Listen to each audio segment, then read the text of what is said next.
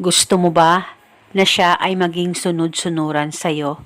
Lalong-lalo na ngayon na ikaw na lang palagi ang sunod-sunuran sa kanya. At minsan napapagod ka rin ba sa kasunod-sunuran sa partner mo at ikaw ay baliwala lang niya? Ngayon, itong ritual na ibabahagi ko sa inyo ay napaka-epektibo at paniguradong ito ay makakatulong sa iyo para siya na naman ang maging sunod-sunuran sa iyo na parang aso. Basta dapat palagi kang positibo at 100% ang paniniwala mo sa mga ganitong pamamaraan.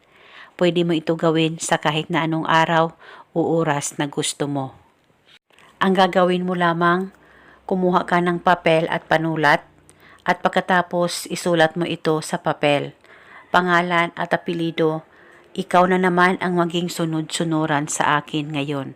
Isulat mo lamang ito ng 3 beses. At pagkatapos, kunin mo ang panty mo, yung hindi pa nalabahan, at saka ilagay itong papel na sinulatan mo sa gitna ng panty mo at sabay mong tupiin ito.